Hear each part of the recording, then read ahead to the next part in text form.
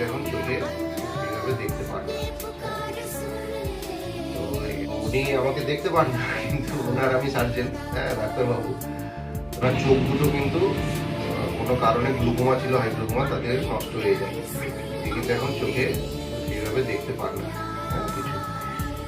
তো এটা আমাদের সার্জারিতে একটু যেহেতু উনি চোখে দেখতে পান না, একটু চ্যালেঞ্জিং কেস। 78।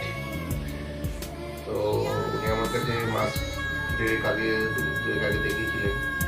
তো আমি ওনার 1 মাস আগে অপারেশন করি গল ব্লাডার।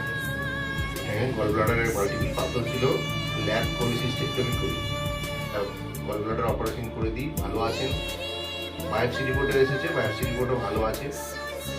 তো উনি খুব কোঅপারেটিভ পেশেন্ট, যা যা বলেছি সেগুলো সব পালন করেছে। আপনি কেমন আছেন বলুন? ভালো আছে। আচ্ছা, তো বেশি তাহলে আমাকে আমাকে মানে দেখতে তো পাচ্ছেন না, মনে মনে ভেবে নিচ্ছেন তো? হ্যাঁ হ্যাঁ, ভালো বাবা। আচ্ছা ভগবানের তোমাকে কারো বড় হোক।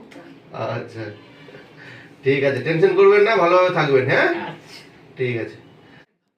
ভালো আছে। তো বেশি হাঁটাহাঁটি করতে